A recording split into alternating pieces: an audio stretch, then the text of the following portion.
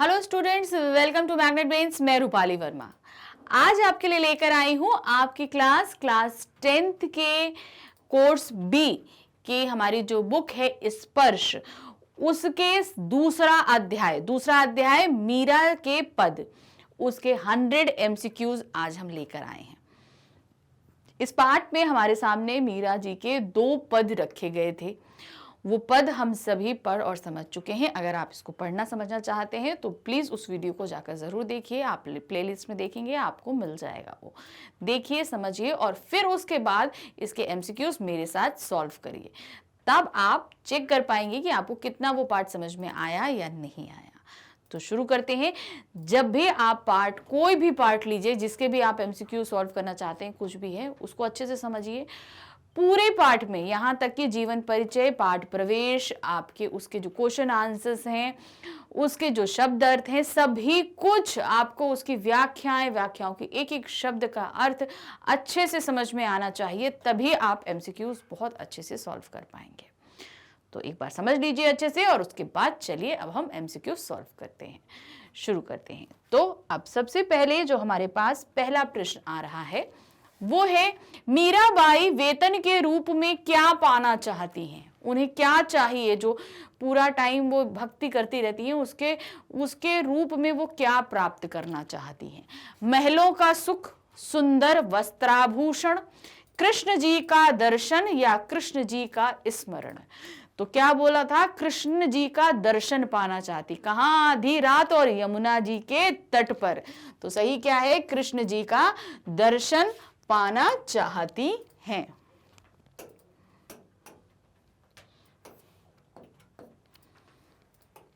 कृष्ण जी के दर्शन पाना चाहती हैं। ये देखिए यहाँ पर इसका सही आंसर चेक करते हैं हम। ये देखिए, कृष्ण जी का दर्शन पाना चाहती हैं। अब आते हैं प्रश्न संख्या 2 पर। हमारा, मीराबाई वेतन में क्या खर्चना चाहती हैं? अब पा तो लिया, अब उसको खर्च क्या करेंगे? जो मिल जाए उसमें खर्च कैसे करेंगी उसको? कृष्ण जी का दर्शन, कृष्ण जी का स्मरण, कृष्ण जी की भक्ति या इनमें से कोई नहीं? तो सही क्या था भाई? दर्शन मिल जाएंगे तो अब उनका जो स्मरण था उसको खर्च कर देना चाहती, क्योंकि अब तो जब उनके दर्शन मिल गए तो उनको याद क्या करेंगी? वो तो अब उनके साथ ही रहेंगी। तो क्या है? उनके स्मरण को जो है वो खर्च कर देना चाहती हैं। अब है हमारे पास प्रश्न संख्या 3। मीराबाई कैसी जागीर पाना चाहती हैं? क्या जागीर में पाना चाहती हैं? जागीर मतलब धन संपदा होती है, तो उस जागीर के तौर पे वो क्या पाना चाह रही हैं? भाव भक्ति रूप जागीर, धन संपत्ति युक्त जीवन, विशाल महल या पूरा राज्य? तो वो क्या पाना चाहती हैं मीराबाई जागीर के रूप में? भाव भक्ति रूप जागीर, यानी जो श्री कृष्ण है उनकी भक्ति का भाव अपनी जागीर के रूप में पाना चाहती हैं। प्रश्न संख्या 4 क्या है? प्रश्न संख्या हमारे पास, इसका हम आपको आंसर नहीं बताया। भाव भक्ति रूप जागीर पाना चाहती। देखिए इसका आंसर आ गया। अब है प्रश्न संख्या 4। श्री कृष्ण जी के गले में कैसे फूलों की माला सुशोभित है? तो उसमें दिया हुआ है पैरे में, ध्यान से पदों में देखिएगा। गेंदे के फूलों की, गुलाब के फूलों की, वैजंती के फूलों की, चमेली के फूलों की? तो कैसे? वैजंती के फूलों की माला जो है वो सुशोभित है। ये देखिए सही आंसर। फिर है प्रश्न संख्या 5। प्रश्न संख्या 5 क्या है? श्री कृष्ण जी गायें कहाँ चराते हैं? पहले दिया ना, क्या? धेनु चरावे वृंदावन में, यानी कि वृंदावन में वो गायें चराते हैं। श्री कृष्ण जी कहाँ पर गायें चराते हैं? वृंदावन में गायें चराते हैं। अब है प्रश्न संख्या 6। प्रश्न संख्या 6 हमारे पास क्या है? मीराबाई महल के बीच में क्या रखना चाहती हैं? महल जो बनाना चाहती हैं वो श्री कृष्ण जी के लिए, उसके बीच में वो क्या रखना चाहती हैं? दीवार, दरवाजा, रास्ता या झरोका? वो क्या रखना चाहती हैं? झरोका, ताकि उससे सुबह उठते ही श्री कृष्ण के दर्शन हो सके। ये देखिए सही आंसर, झरोका रखना चाहती हैं। अब है हमारे पास प्रश्न संख्या 7। मीराबाई अपने सांवरिया का दर्शन कैसी साड़ी पहनकर करना चाहती हैं? कैसी साड़ी पहनना चाहती हैं? रेशमी साड़ी, खद्दर की साड़ी, केसरिया साड़ी या हरे रंग की साड़ी? तो उसमें दिया है ना कुसुम्बी साड़ी। तो कुसुम्बी का मतलब ही तात्पर्य ही क्या है? हर क्या है? लाल रंग की या केसरिया रंग की साड़ी। तो सही क्या है? केसरिया रंग की साड़ी पहनकर वो श्री कृष्ण के दर्शन करना चाहती हैं। प्रश्न संख्या 8। मीराबाई कृष्ण के दर्शन किस समय करना चाहती? कौन सा ऐसा समय है जिस समय वो श्री कृष्ण के दर्शन करना चाहती है? प्रातः काल, दोपहर, संध्या के समय, आधी रात के समय? तो क्या बोला था? आधी रात यमुना जी के तीरे, यानी यमुना जी के किनारे। तो सही क्या था? कौन सा समय? आधी रात के समय श्री कृष्ण के दर्शन करना चाहती हैं। अब है प्रश्न संख्या 9। मीराबाई ने कृष्ण मिलन के लिए किस स्थान को चुना है? कौन सा स्थान है जो कृष्ण मिलन के लिए उन्होंने चयनित किया है? वृंदावन को, यमुना नदी के किनारे, या यमुना नदी के किनारे को, या ब्रज को? तो सही क्या है हमारा? यमुना नदी के किनारे। यहां पर यमुना नदी के किनारे को उन्होंने चयनित किया है। अब है प्रश्न संख्या हमारी 10 आएगी। प्रश्न संख्या, हिवड़ो घड़ो अधीरा का क्या अर्थ है? हिवड़ो घड़ो अंधेरा का क्या अर्थ है? हृदय बहुत मजबूर है, हृदय घड़े के समान है, हृदय मिलने के लिए अधीर है, हृदय बहुत पीड़ित है। तो क्या है? हिवड़ो घड़ो अंधेरा। हिवड़ो मतलब हृदय, घड़ा मतलब बहुत ज्यादा, और अधीरा मतलब अधीर, यानी कि परेशान है। तो हृदय मिलने के लिए बहुत ज्यादा अधीर हो रहा है। हृदय मिलने के लिए बहुत ज्यादा अधीर हो रहा है। फिर है प्रश्न संख्या 11। मीराबाई का जन्म कब हुआ? कौन से सन में हुआ? हमने बताया था, आप लोग जीवन परिचय, पाठ प्रवेश सब कुछ पढ़िएगा, तो जहां इसमें भी दिया रहेगा कहाँ हुआ है। तो मीराबाई का जन्म 1503 में हुआ है। मीराबाई का जन्म कहाँ कब हुआ है? 1503 में, सन 1503 में हुआ था। अब है प्रश्न संख्या 12। प्रश्न संख्या 12 है, मीरा का विवाह कहाँ के राजा के साथ हुआ? कहाँ के राजा थे जिनके साथ हुआ था? चित्तौड़ के राजा, मेवाड़ के राजा, जयपुर के राजा के साथ, या उदयपुर के महाराजा के साथ? तो कहाँ के राजा के साथ हुआ था? मेवाड़ के राजा के साथ उनका विवाह हुआ था। ये देखिए, मेवाड़ के राजा के साथ उनका विवाह हुआ था।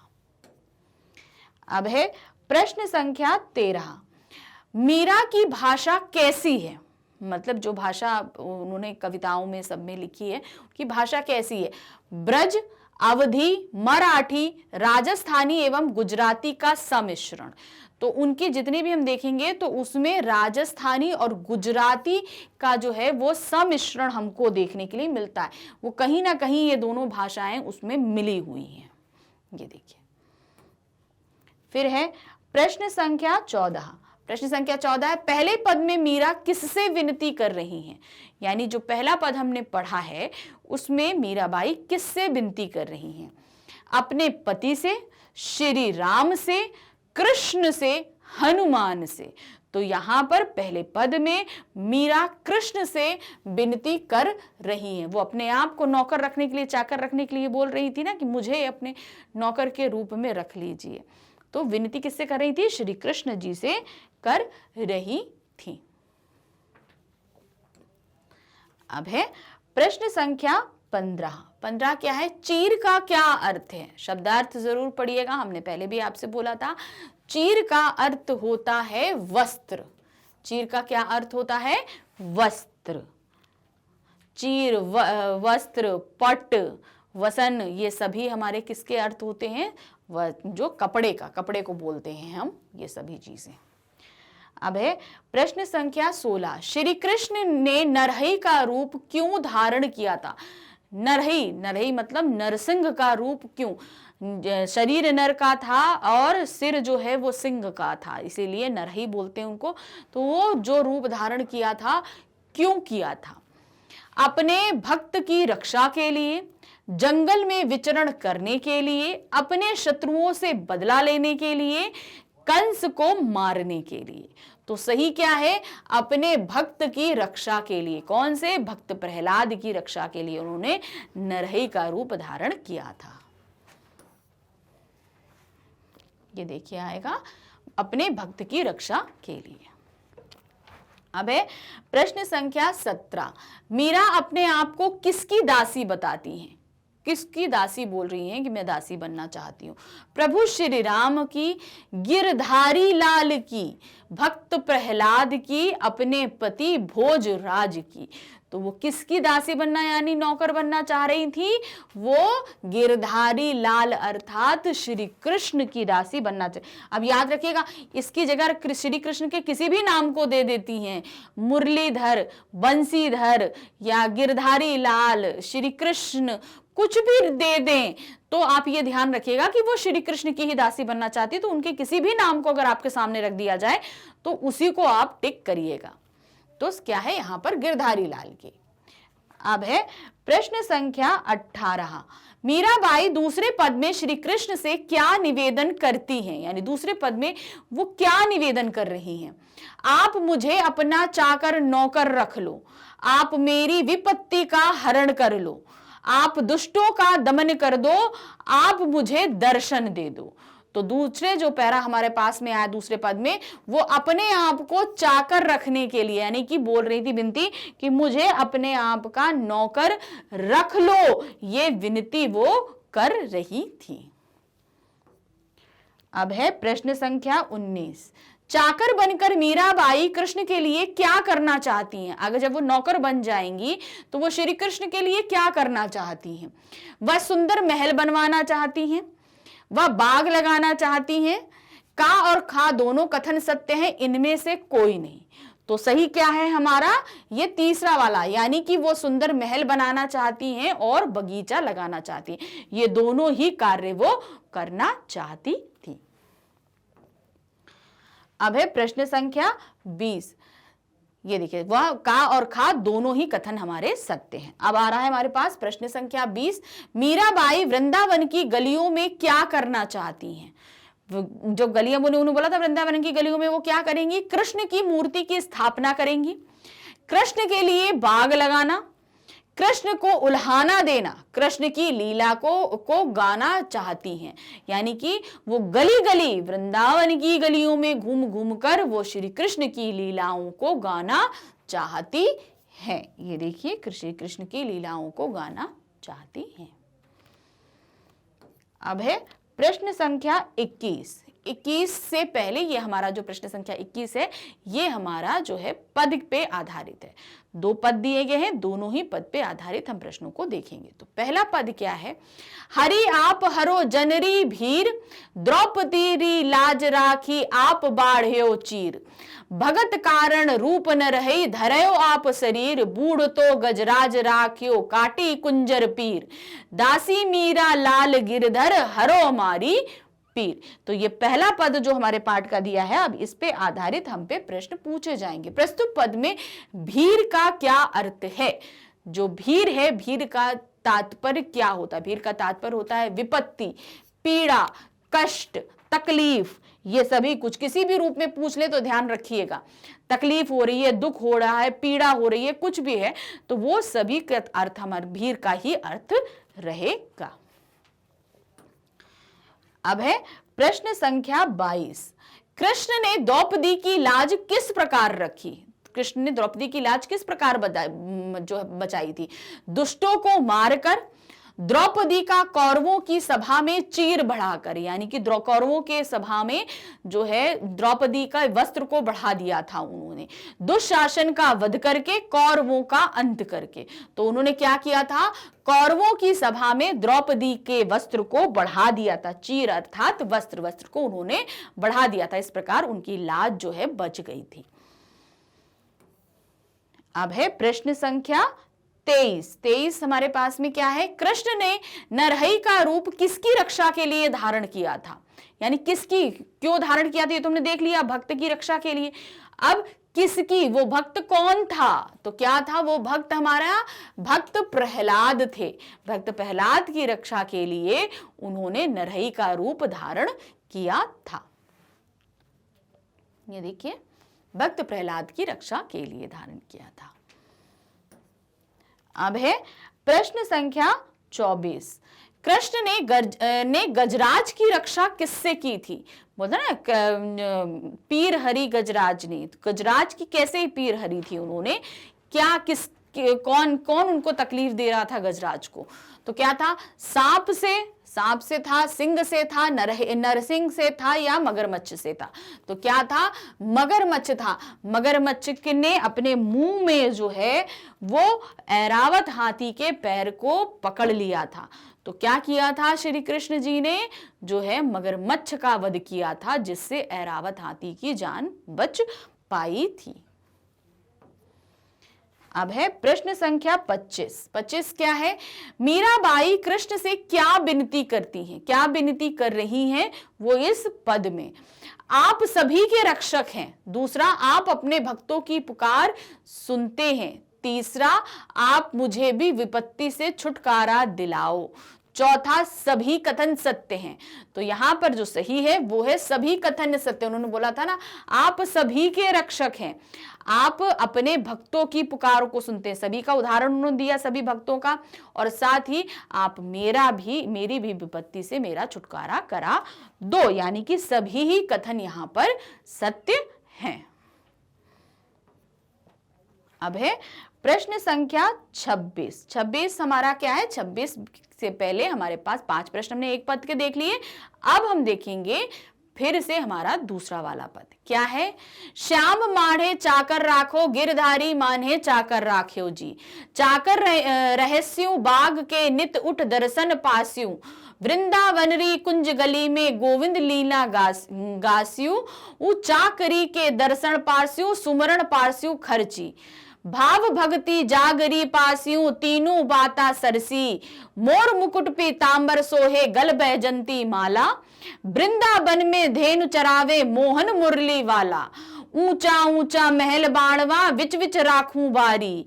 सावरियारा दस पावू, पहर कुसुम्बु साड़ी।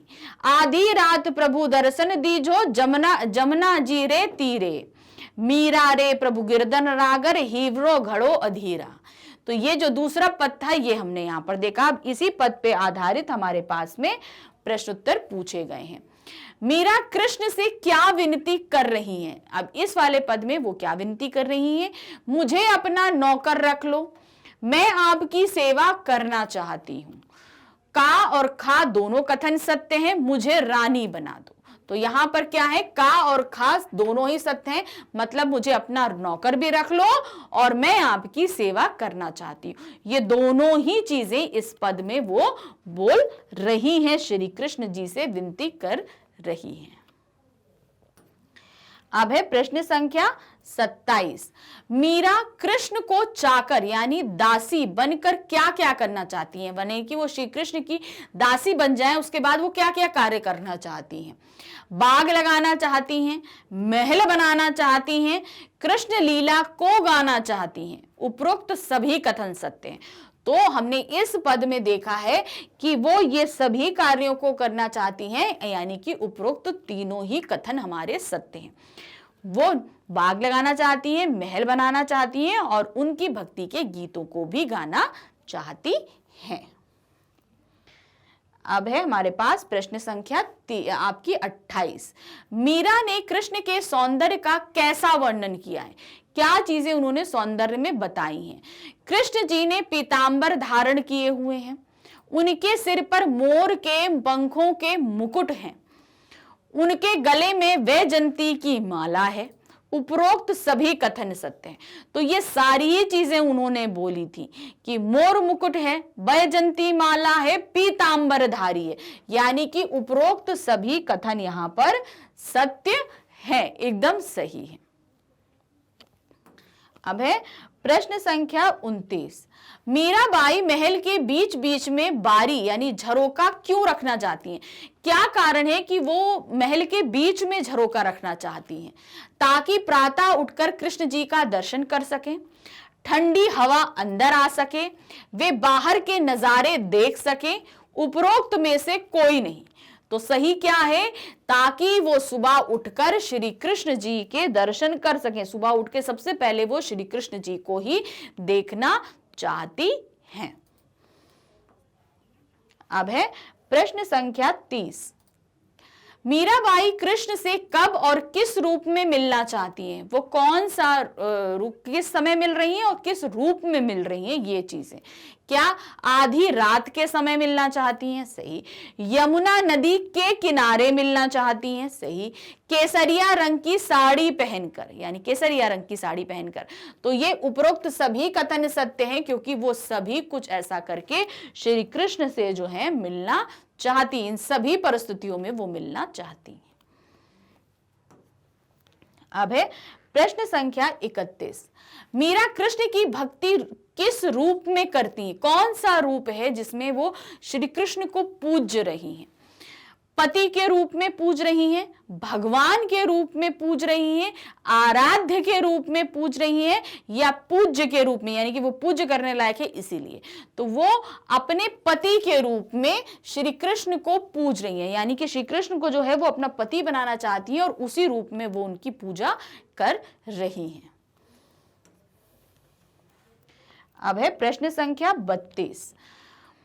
मीरा ने अपनी विपत्ति दूर करने के लिए पौराणिक कथाओं का उल्लेख क्यों किया है?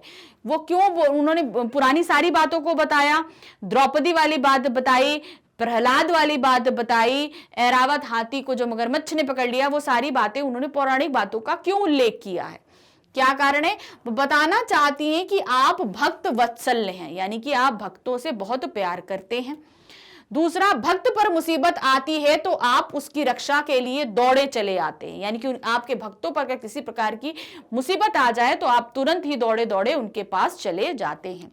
तीसरा है, जब आप अपने सभी भक्तों की रक्षा करते हैं इसलिए मेरी भी विपत्ति को अवश्य दूर करोगे, यानी कि जब सबकी विपत्ति दूर करते हैं तो आप मेरी विपत्ति भी दूर करेंगे।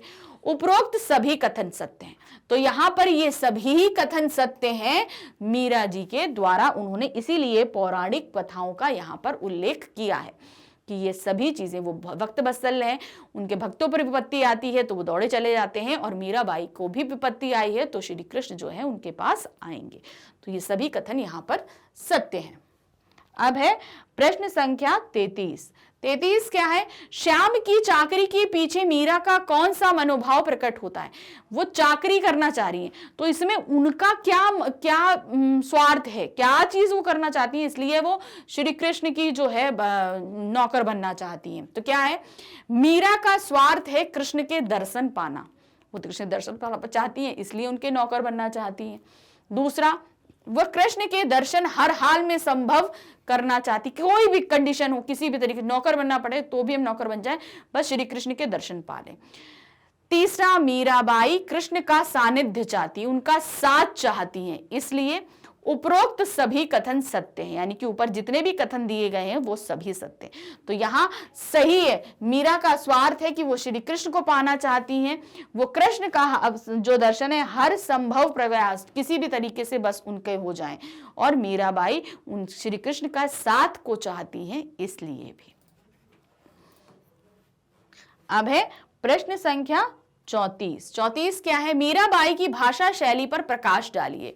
उनकी भाषा शैली कैसी है? उन्होंने जो ये दोनों ही पद लिखे हैं उसमें किस प्रकार की भाषा का इस्तेमाल उन्होंने किया है?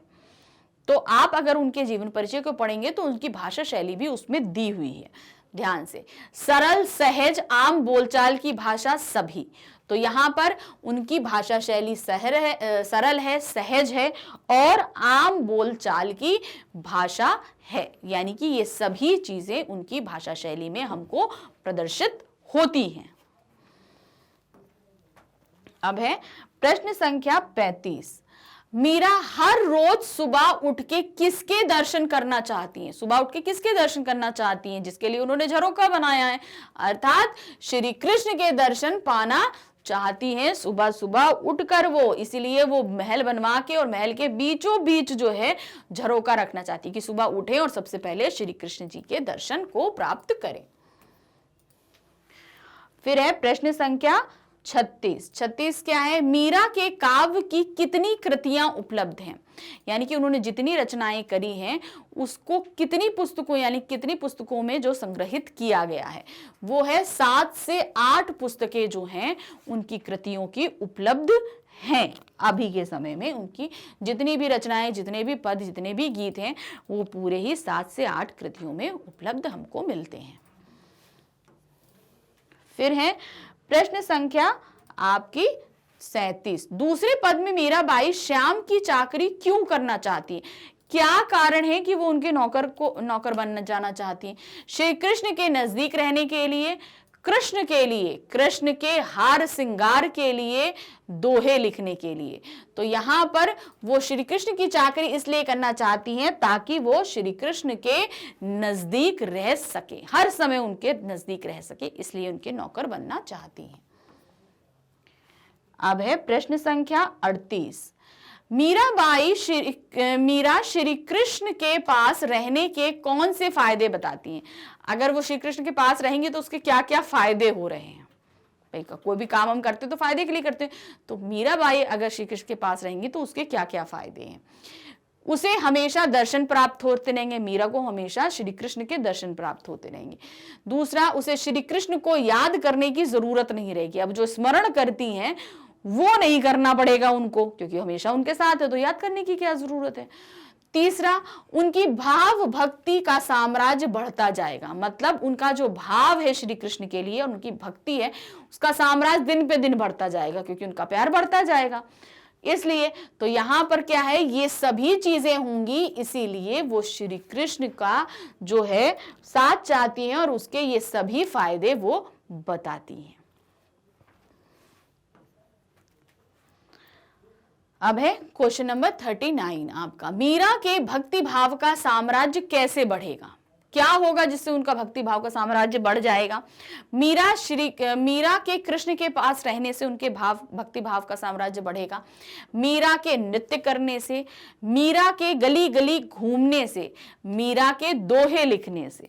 तो क्या होगा, जब मीरा कृष्ण के पास रहेंगी तब उनके भक्ति भाव का साम्राज्य बढ़ता चला जाएगा।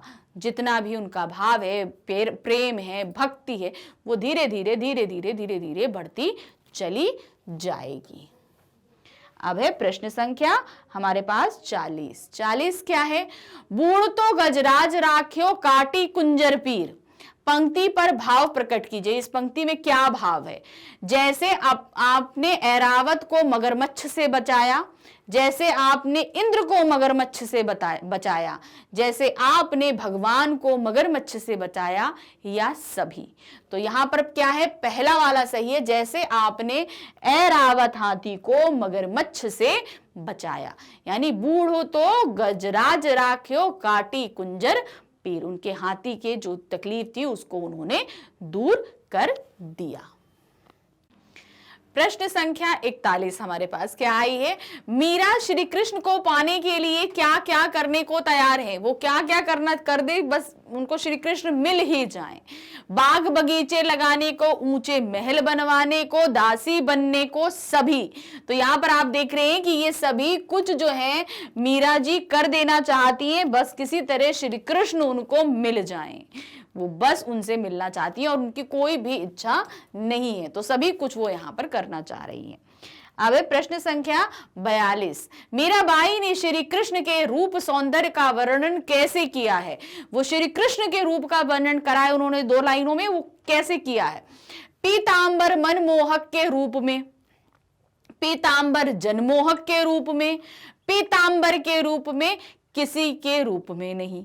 तो यहाँ पर क्या है? पीतांबर मनमोहक के रूप में, यानी कि पीतांबर धारी है और मनमोहक है, अर्थात सभी के रूप को, सभी के मन को मोह लेते हैं। वो ऐसा उनका रूप है, यानी कि वो पूरी तरीके से बस सबके मन को मोह लेते हैं। पीतांबर धारी, पीला वस्त्र पहनते हैं। तो इस उन शब्दों में इन मीराबाई ने का वर्णन किया है।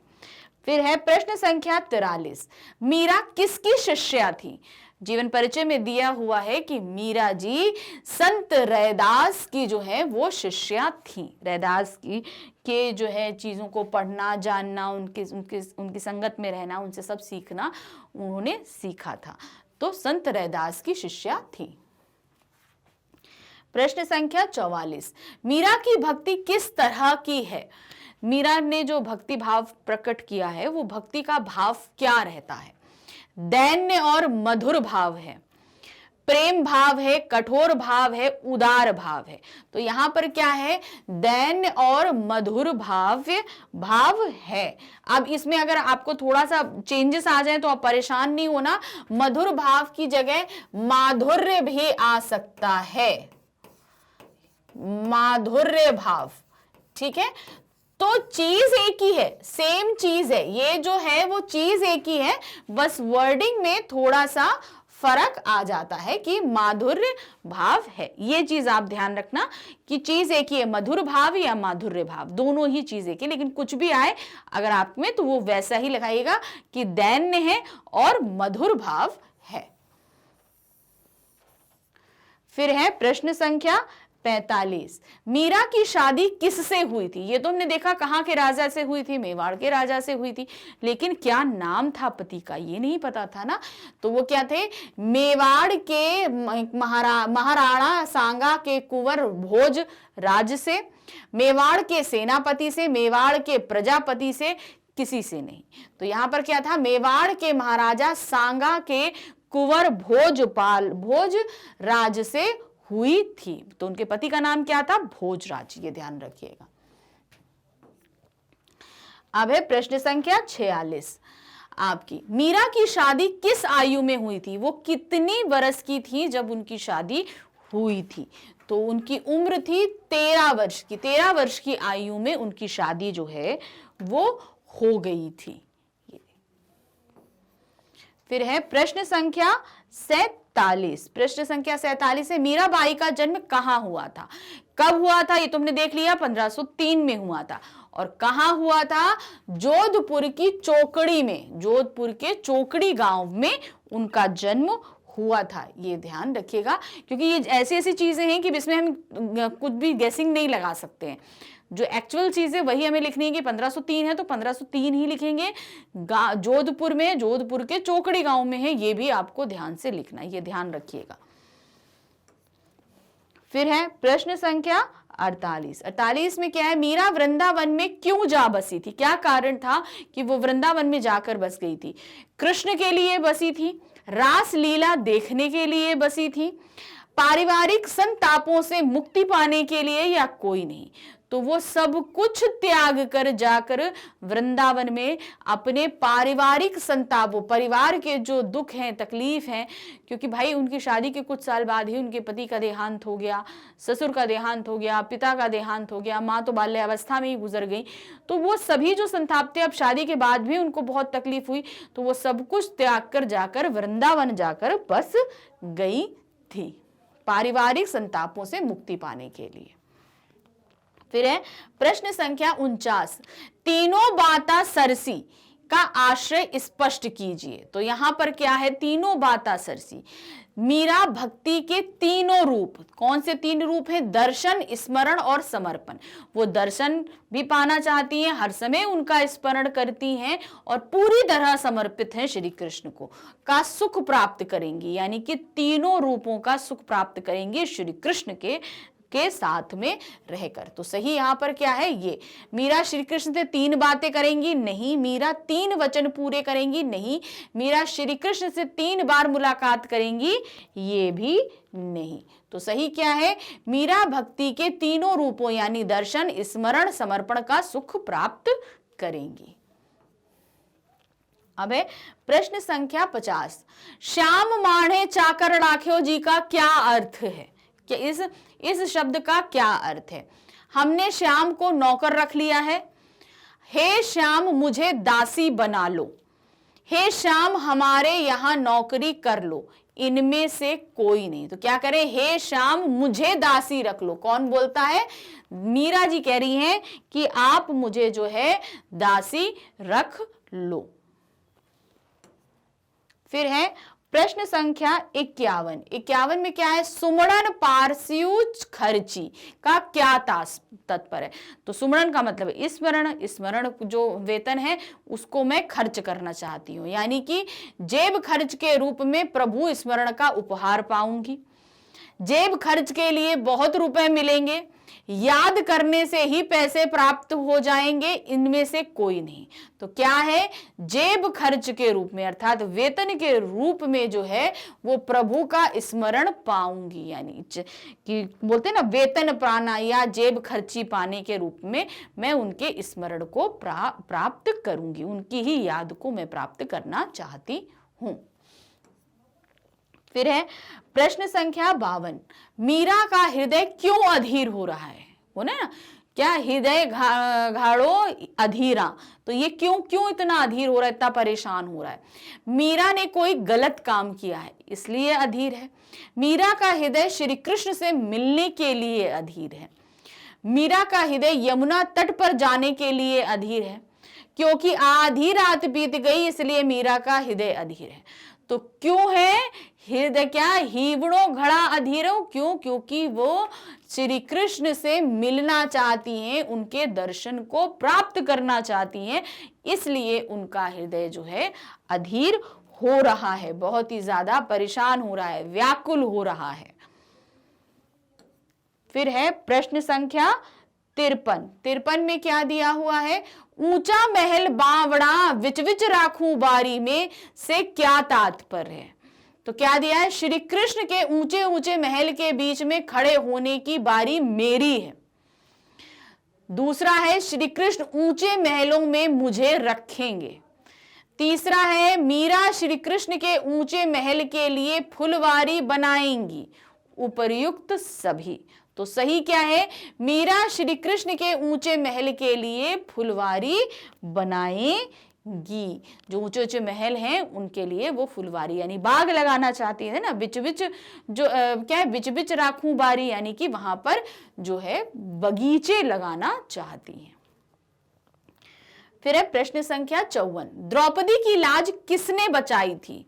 कौन था जिसने द्रौपदी की लाज बचाई थी? श्री कृष्ण ने द्रौपदी की लाज बचाई थी। जब दुशासन उनका चीरहरण कर रहा था तो श्री कृष्ण ने उनके चीर को बढ़ा दिया था, तो उनकी लाज बच गई थी। तो किसने बचाई थी द्रौपदी की लाज? श्री कृष्ण ने बचाई थी। अब है प्रश्न संख्या 55। 55 में क्या है? मीरा हरि शब्द का प्रयोग किन के लिए कर रही है? बार बार हरि शब्द का प्रयोग किया है तो किसके लिए?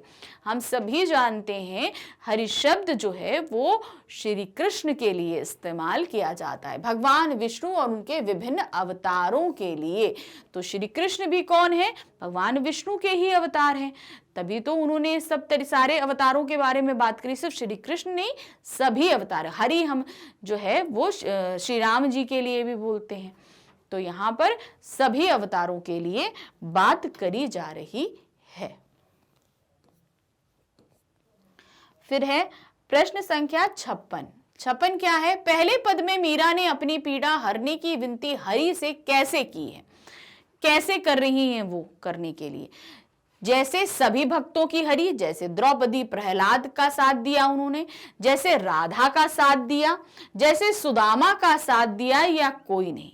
तो उन्होंने क्या बताया था? जैसे उन्होंने सभी भक्तों का साथ दिया, द्रौपदी का, प्रहलाद का, ऐरावत का, सभी भक्तों का उन्होंने साथ दिया, उसी तरीके से वो चाह रही है कि उनकी पीड़ा भी श्री कृष्ण हर लें।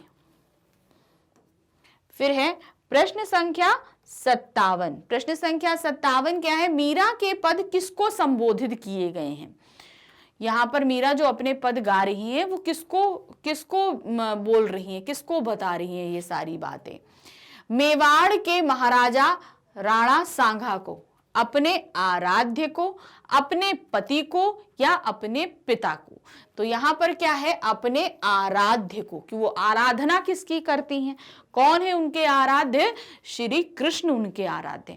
तो ये ध्यान रखिए कैसे रिलेटेड चल रहा है। आराध्य दिया है तो आप आराध्य लगाओगे, श्री कृष्ण दिया है तो श्री कृष्ण लगाओगे, गिरधारी लाल दिया है तो गिरधारी लाल लगाओगे, मुरलीधर दिया है तो मुरलीधर लगाओगे। उनके किसी भी नाम का अगर सामने रूप आता है तो आप उन्हीं के नाम को मेंशन करोगे, यानी कि अपने आराध्य को जो है वो संबोधित किए हैं ये सभी पद। अब है प्रश्न संख्या 58। 58 हमारी क्या है, मीरा की रचनाओं में उनके आराध्य किस रूप में संकलित किए गए हैं, यानी कि जो उन्होंने जितने भी पद गाए हैं, जो है उनकी जारी जितना भी संकलन है उसमें किस रूप में उनके आराध्य यानी श्री कृष्ण को संकलित किया गया है। पहला, निर्गुण निराकार ब्रह्म के रूप में, ये जीवन परिचय में दिया है, ध्यान से आप देखेंगे तो उसमें आपको ये चीज मिलेगी। सगुण साकार गोपी बल्लभ श्री कृष्ण के रूप में, निर्मोही परदेसी जोगी के रूप में, सगुण साकार गोपी के रूप में।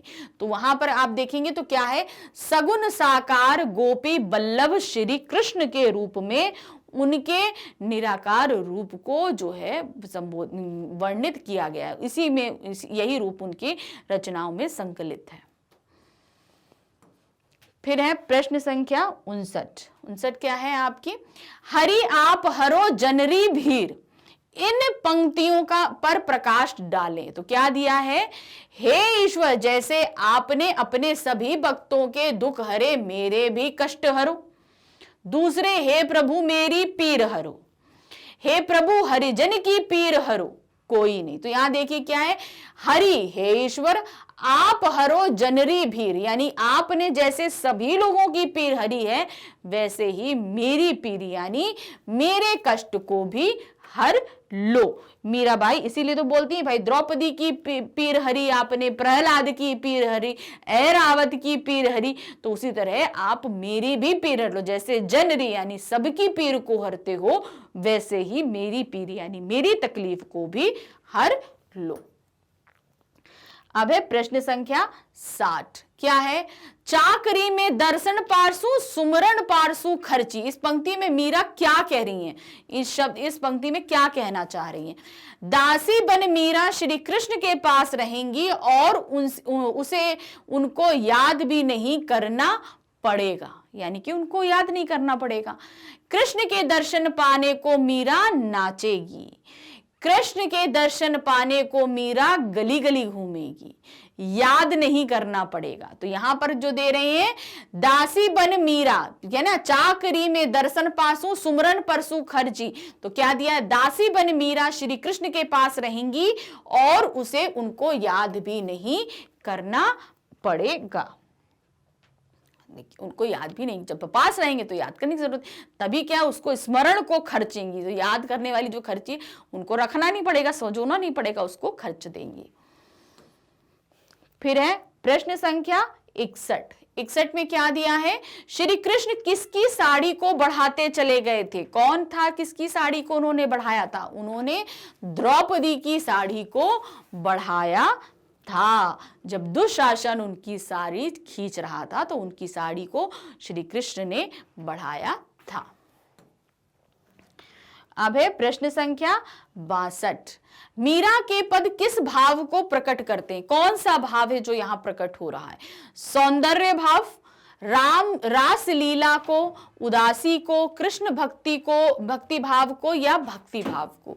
तो इन दोनों ही पदों में हम देख रहे हैं कि कृष्ण भक्ति भाव को प्रकट कर रही है। मीरा के ये दोनों ही पद कृष्ण भक्ति भाव को, यानी कृष्ण के प्रति जो उनकी भक्ति की जो भावनाएं हैं उनको इन पदों के माध्यम से उन्होंने व्यक्त किया है। अब है प्रश्न संख्या 63। हमारी प्रश्न संख्या 63 में क्या आ रहा है, मीरा श्री कृष्ण को घूमने के लिए क्या बनाना चाहती है, कि श्री कृष्ण वहां पे घूम सके तो क्या बनाना चाहती हैं, वो है बाग बगीचे। बाग बगीचे लगा देंगी खूब सुंदर सुंदर, और श्री कृष्ण उसमें जो है वो विचरण करेंगे, वहां पर घूमेंगे, सुबह शाम घूमेंगे और श्री कृष्ण प्रसन्न होंगे, इसलिए वो बाग बगीचे महल में लगाना चाहती हैं। फिर है प्रश्न संख्या 64 में क्या दिया है? मीरा के अनुसार श्री कृष्ण कहाँ गाय चराते हुए सबका मन मोह लेते थे, यानी कि कहाँ गाय चरा रहे थे और गाय चराते रहते थे और सबके मन को उन्होंने अपने वश में कर लिया था। गोकुल में, गोकुल धाम में, वृंदावन में या वन में? तो कहाँ गाय चराते थे वो? वृंदावन में वो गाय को चराते थे और सभी के मन को उन्होंने वहां पर मोह लिया था। अब है प्रश्न संख्या 65। 65 क्या है?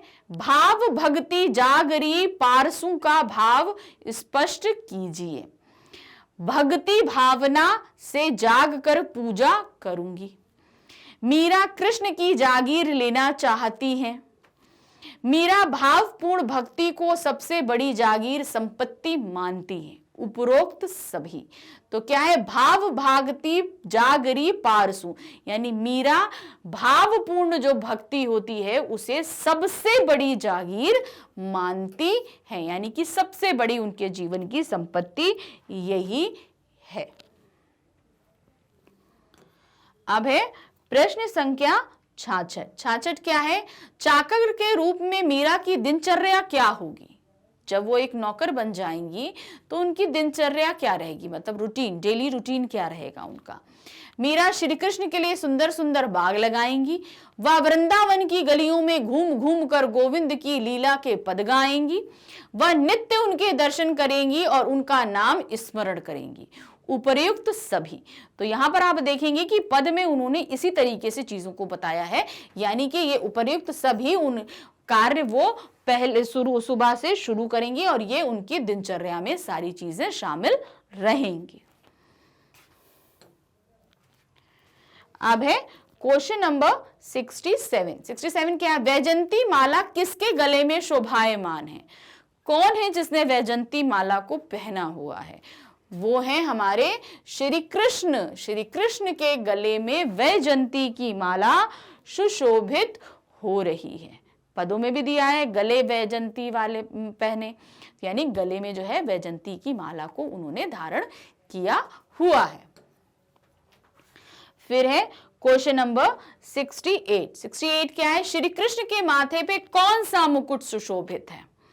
क्या दिया है? श्री कृष्ण के माथे पर सोने का मुकुट सुशोभित है। श्री कृष्ण के माथे पर रत्न जड़ित मुकुट सुशोभित है।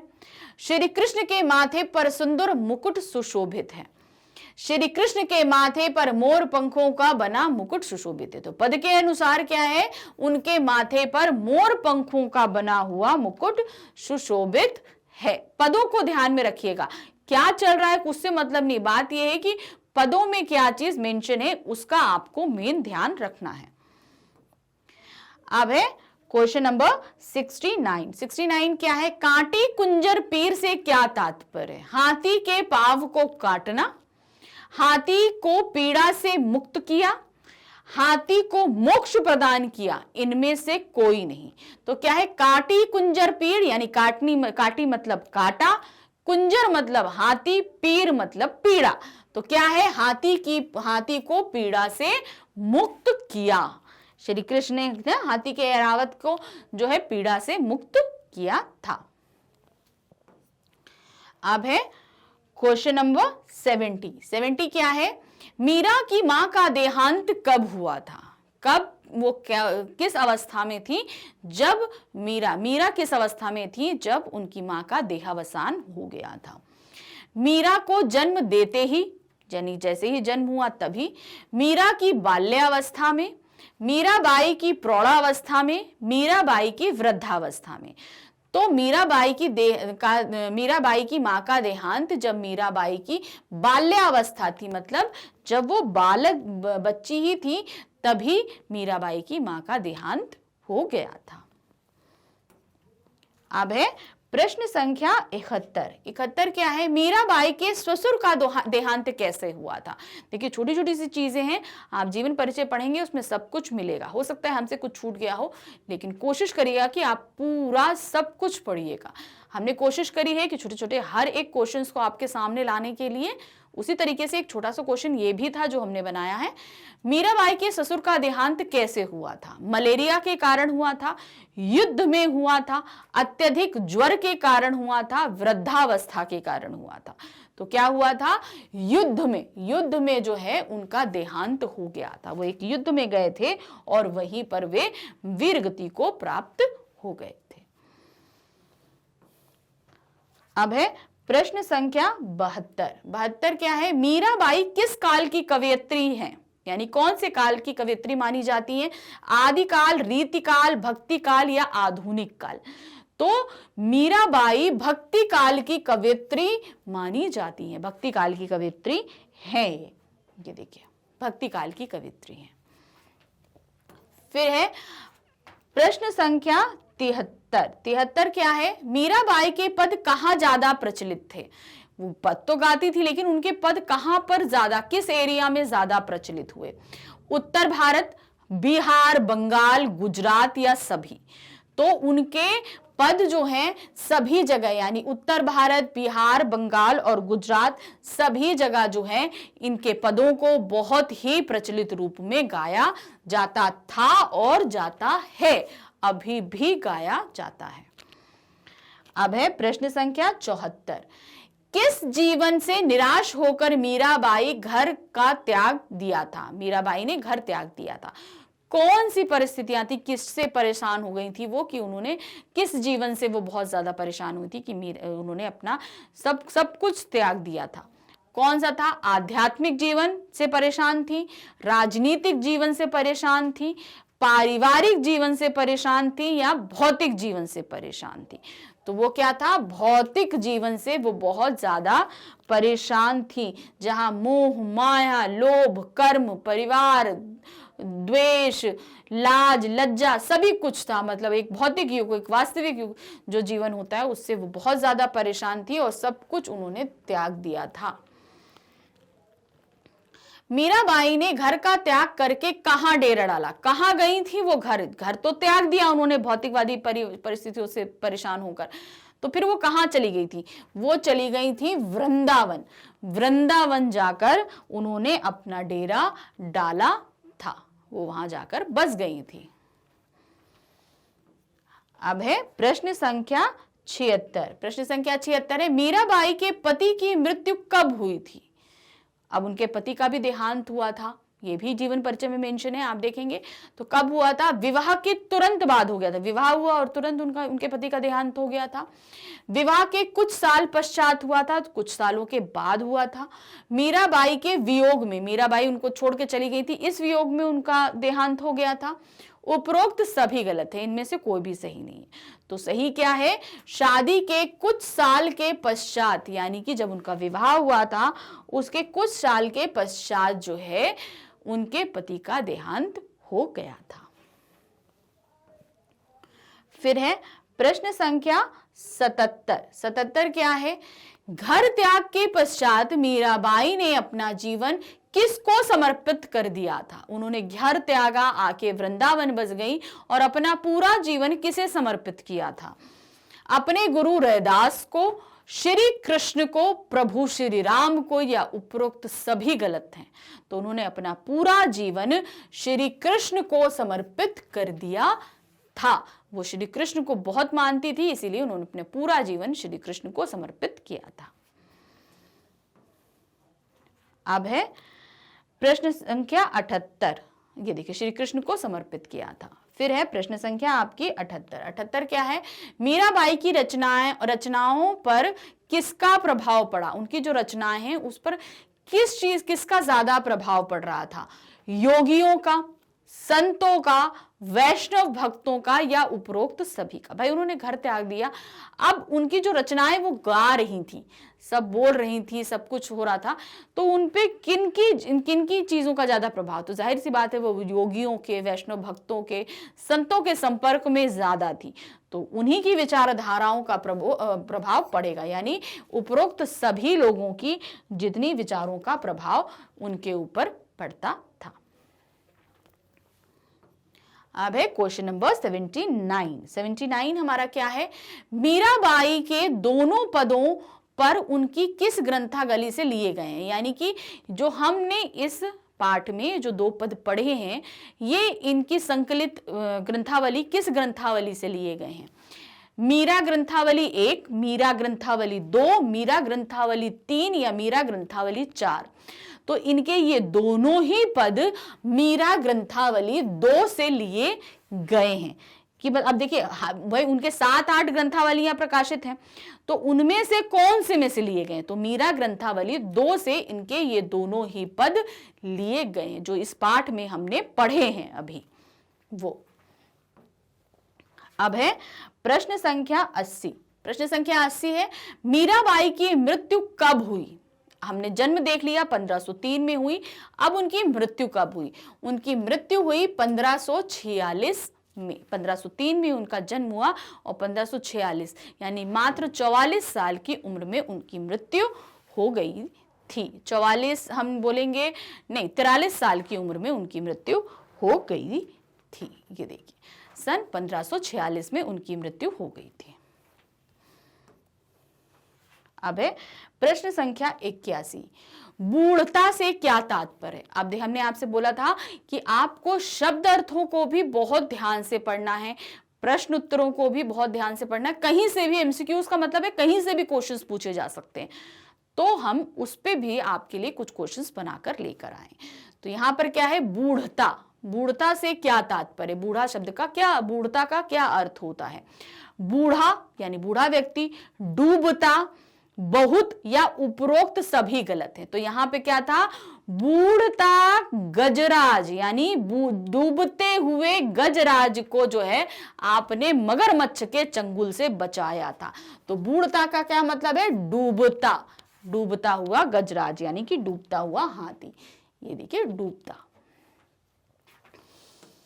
अब है प्रश्न संख्या 82। 82 क्या दिया है, धार्यों से क्या तात्पर्य। धार्यों का मतलब क्या है, रख लेना, धारण करना, दे देना या उपरोक्त सभी गलत हैं। तो यहां पे क्या तात्पर्य है, धार्यों का मतलब है धारण करना, कोई चीज एक्सेप्ट कर लेना, धारण कर लेना। ये देखिए धारण करना। अब है प्रश्न संख्या 83। प्रश्न संख्या 83 हमारी क्या है, लगास्यूं। लगास्यूं से क्या तात्पर्य है, लगाऊंगी, लेना, गले लगाना, उपरोक्त सभी गलत हैं। तो लगास्यूं का मतलब लगाऊंगी, क्या लगाऊंगी, बाग बगीचे लगाऊंगी ना, तो उससे तात्पर्य क्या है, बाग लगाऊंगी। लगास्यूं का तात्पर्य है लगाऊंगी। तो प्रश्न संख्या 84 है, कुंजर से क्या तात्पर्य है। कुंजर जो बोला गया है, हाथी, हस्ती, उपरोक्त दोनों सही है या हल। तो यहां पर कुंजर से जो तात्पर्य है हाथी, हाथी के लिए हस्ती भी इस्तेमाल किया ही जाता है। तो यहां पर क्या है, दोनों ही सही है, हाथी भी सही है और हस्ती भी सही है, यानी कि दोनों ही ऊपर शब्द सही आ रहे। तो अगर आपसे सिर्फ हाथी पूछा जाए तो आप उसमें सही लगाना, अगर हस्ती पूछा जाए तो भी सही है। तो दोनों में से कोई भी एक चीज पूछ ली जाए तो आप उसमें वहां पर आंसर लगा सकते हैं। इसलिए हम आपके लिए दोनों उत्तर लेकर आए हैं कि कहीं ऐसा ना हो कि आपसे इनमें से एक पूछा जाए तो आप एक गलत सही होते हुए भी आप उसको गलत ना कर दो। तो यहां पर कुछ भी आपसे पूछा जाए आप उसको वही उत्तर लिखेंगे। फिर है प्रश्न संख्या 85। 85 क्या है, घड़ा से क्या तात्पर्य है। घड़ा, घड़ा बहुत अधिक घना, उपरोक्त दोनों सही है या घास। तो घड़ा से तात्पर्य है बहुत, यानी कि उन्होंने बोला था ना, हीवड़ो घड़ा अधीरा, यानी कि जिनका हृदय था घड़ा, यानी कि बहुत ज्यादा अधीर हो रहा था। और उसका घड़ा का मतलब बहुत ज्यादा घना भी होता है। अगर घड़ा कोहरा बोल दें हम तो बहुत ज्यादा घना हो जाएगा। तो ये दोनों ही शब्द यहां पर सही हो जा सकते हैं। बहुत घना का मतलब बहुत भी होता है और बहुत घना भी होता है। फिर है प्रश्न संख्या 86। प्रश्न संख्या 86 क्या है हमारी, बिंदराव। बिंदराव से क्या तात्पर्य, बिंदिया, बिछुड़ना, वृंदावन, उपरोक्त सभी गलत हैं। तो यहां पर विंदराव से तात्पर्य है वृंदावन से। तो ये ध्यान रखिएगा, जो शब्द भाषा इस्तेमाल करी गई है हमारे दो पदों में, उसी के तरीके से इसका अर्थ है। तो बिंदराव का तात्पर्य है वृंदावन, वृंदावन होता है। ये देखिए, अब है प्रश्न संख्या 87। प्रश्न संख्या 87 हमारी क्या है, नरहरि से क्या तात्पर्य है। नरहरि, नरहरि क्या होता है, नरहरि का मतलब होता है, बोला गया नरहरि रूप धारण कियो, तो क्या है, नरसिंह, नागर, नगर, उपरोक्त सभी गलत है। तो यहां पर क्या होगा, नरहरि का मतलब है नरसिंह। श्री कृष्ण ने क्या दिया था, नरसिंह का रूप धारण किया था प्रहलाद को बचाने के लिए। सिर सिंह का था, शरीर नर का था, इसीलिए उसे नरसिंह कहा जाता था, इसलिए नरहरि का रूप धारण किया था। फिर है प्रश्न संख्या 88। प्रश्न संख्या 88 हमारी क्या है, सरसी, सरसी से क्या तात्पर्य, रस्सी, सरिया, पूरी हुई या उपरोक्त सभी गलत हैं। तो सरसी का मतलब होता है पूरी हुई, यानी कोई भी मांग, कोई भी चीज है जो हमारी पूरी होगी तो उसको हम क्या बोलते हैं, सरसी। अब है आपका क्वेश्चन नंबर 89। 89 रहे जीव, रह जीव का से क्या तात्पर्य, रहजू, रखूंगी, गहना, रहस्य, उपरोक्त सभी गलत हैं। तो सही हमारा क्या है, रहजू मतलब रखूंगी, क्या रखूंगी, बाग लगाऊंगी और संभाल के मध्य उनके स्मरण का जो खर्च है वो संभाल कर रखूंगी। ये देखिए, रहूंगी। फिर है क्वेश्चन नंबर 90। 90 क्या दिया हुआ है, हिवड़ा, हिवड़ा, हिवड़ा का क्या तात्पर्य है, हृदय, दिल, उपरोक्त दोनों सही है या हिलाना। तो यहां पर हिवड़ा का तात्पर्य है हृदय और दिल। हिवड़ा घड़ा अधीरा, हृदय जो है बहुत ज्यादा अधीर हो रहा है। तो हिवड़ा का मतलब हृदय या दिल, कुछ भी पूछा जाए दोनों ही हमारे सही होंगे यहां पर। अब है प्रश्न संख्या 91। 91 हमारा क्या पूछा है, राख से क्या तात्पर्य है। राख, राख भी रखा है ना, रक्षा करो, रखो, उपरोक्त दोनों सही है या भस्म। तो यहां पर राख का मतलब है रक्षा करो या रखो, दोनों ही सही आएंगे। यहां पर आप देखेंगे तो दोनों ही, कोई मतलब ये शब्दों के साथ कहीं पे भी लगाया जा सकता है, रख लो ये हो गया, या रक्षा करो, दोनों ही शब्द यहां पर इस शब्द का अर्थ होता है।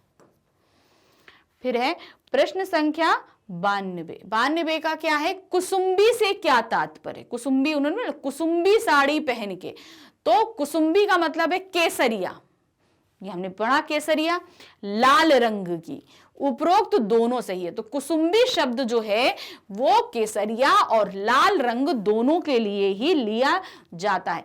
केसरिया से थोड़ा सा डार्क होता है और लाल से थोड़ा फीका होता है, तो इसलिए दोनों ही जो कलर हैं वो कुसुम्बी रंग में आ जाते हैं। तो क्या हुआ, केसरिया भी दे सकते हैं और लाल रंग भी बोल सकते हैं। फिर है प्रश्न संख्या 93। 93 क्या है, सुमरण, सुमरण का क्या तात्पर्य, स्मरण करना, याद करना, उपरोक्त दोनों सही या स्वर्ण। तो यहां पर क्या है, स्मरण का मतलब है याद करना, सुमरण आपको सुमरण का तात्पर्य है स्मरण करना या याद करना, दोनों ही हमारा सही होगा। देखिए सभी शब्दार्थों में से ही आपके सामने जो है ये प्रश्न प्रस्तुत किए गए हैं, बहुत ध्यान से इन प्रश्नोत्तरों को पढ़िएगा। फिर है प्रश्न संख्या 94। 94 है, जागरी से क्या तात्पर्य है। जागरी, जागरी मतलब जागीर, साम्राज्य, उपरोक्त दोनों सही हैं या जागना। तो क्या होगा, जागरी का तात्पर्य जागीर से भी है और साम्राज्य से भी है। तो दोनों में से अगर कुछ भी पूछा जाए आप दोनों में से कोई भी चीज सही लगा सकते हैं, उपरोक्त दोनों सही है।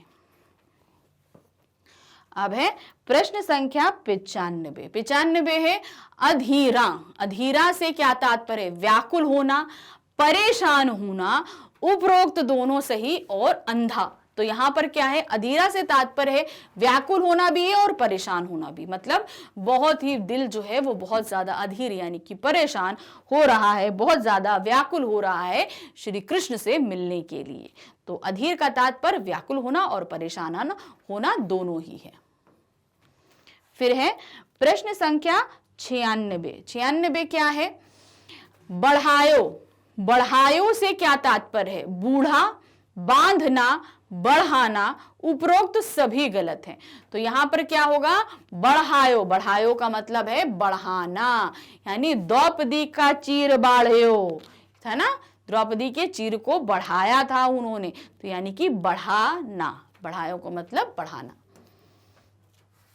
प्रश्न संख्या 97। 97 क्या है, तीरा, तीरा से क्या तात्पर्य, जमुना तीर, जमुना जी तीरा, यानी कि तीरा मतलब है किनारा, नदी का किनारा, तीर नहीं, तोरन नहीं, उपरोक्त सभी का सही क्या है, तीरा का मतलब किनारा, जमुना जी का तीरा यानी यमुना नदी के किनारे।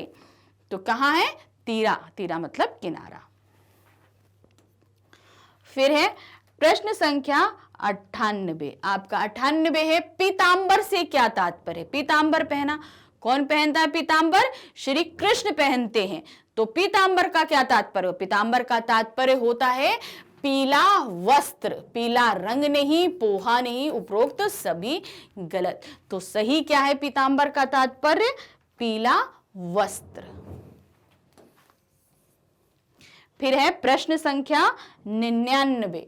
बैजंती से क्या तात्पर्य, बैजंती माला पहनते ना, बैजंती, गले में बैजंती की माला पहनते, तो वो बैजंती क्या चीज होती है, एक फूल होता है, बाजा होता है, वजह होती है, या उपरोक्त तो सभी गलत है। तो बैजंती एक फूल का नाम होता है, बैजंती फूल का नाम होता है, सफेद रंग का होता है, छोटा छोटा सा, उसको बोलते हैं बैजंती का फूल। उसी फूलों की माला जो है श्री कृष्ण अपने गले में धारण करते हैं। और अब आ गया हमारा आखिरी प्रश्न, प्रश्न संख्या 100। 100 क्या है, पासियों से क्या तात्पर्य है, पासियों, पासियों का मतलब पहनाना, पाया, पकड़ना, या उपरोक्त सभी गलत है। तो पासियों का तात्पर्य होता है पाया, कोई चीज हमने प्राप्त कर ली, तो उसका मतलब है पासियों। ये जो है मीराबाई जी की लैंग्वेज में पासियों को, पाने को पासियों बोला जाता है। जैसे आपको पता है कि वो राजस्थानी, ब्रज भाषा, गुजराती सभी मिली जुली भाषाओं में गाती थी, तो इसलिए उनकी भाषाओं में इन सभी के रूप आपको मिले जुले मिलेंगे।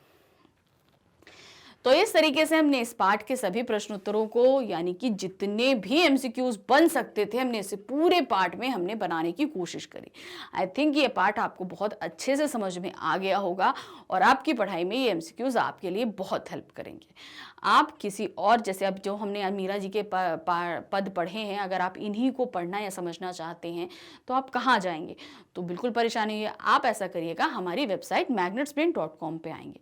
जब आप यहाँ पर आएंगे तो आप देखेंगे कि यहाँ पर क्लास किंडरगार्टन से लेकर क्लास 12 तक की सभी क्लासेस अवेलेबल हैं। तो बस आपको अपनी क्लास सेलेक्ट करनी है, जहाँ क्लास 10th लिखा है आप इसे क्लिक करेंगे। क्लिक करते ही उसमें जितने भी आप जो है पार्ट पढ़ाए जा रहे हैं वो सभी आप, मतलब जितने सब्जेक्ट पढ़ाए जा रहे हैं वो सभी आपके सामने होंगे।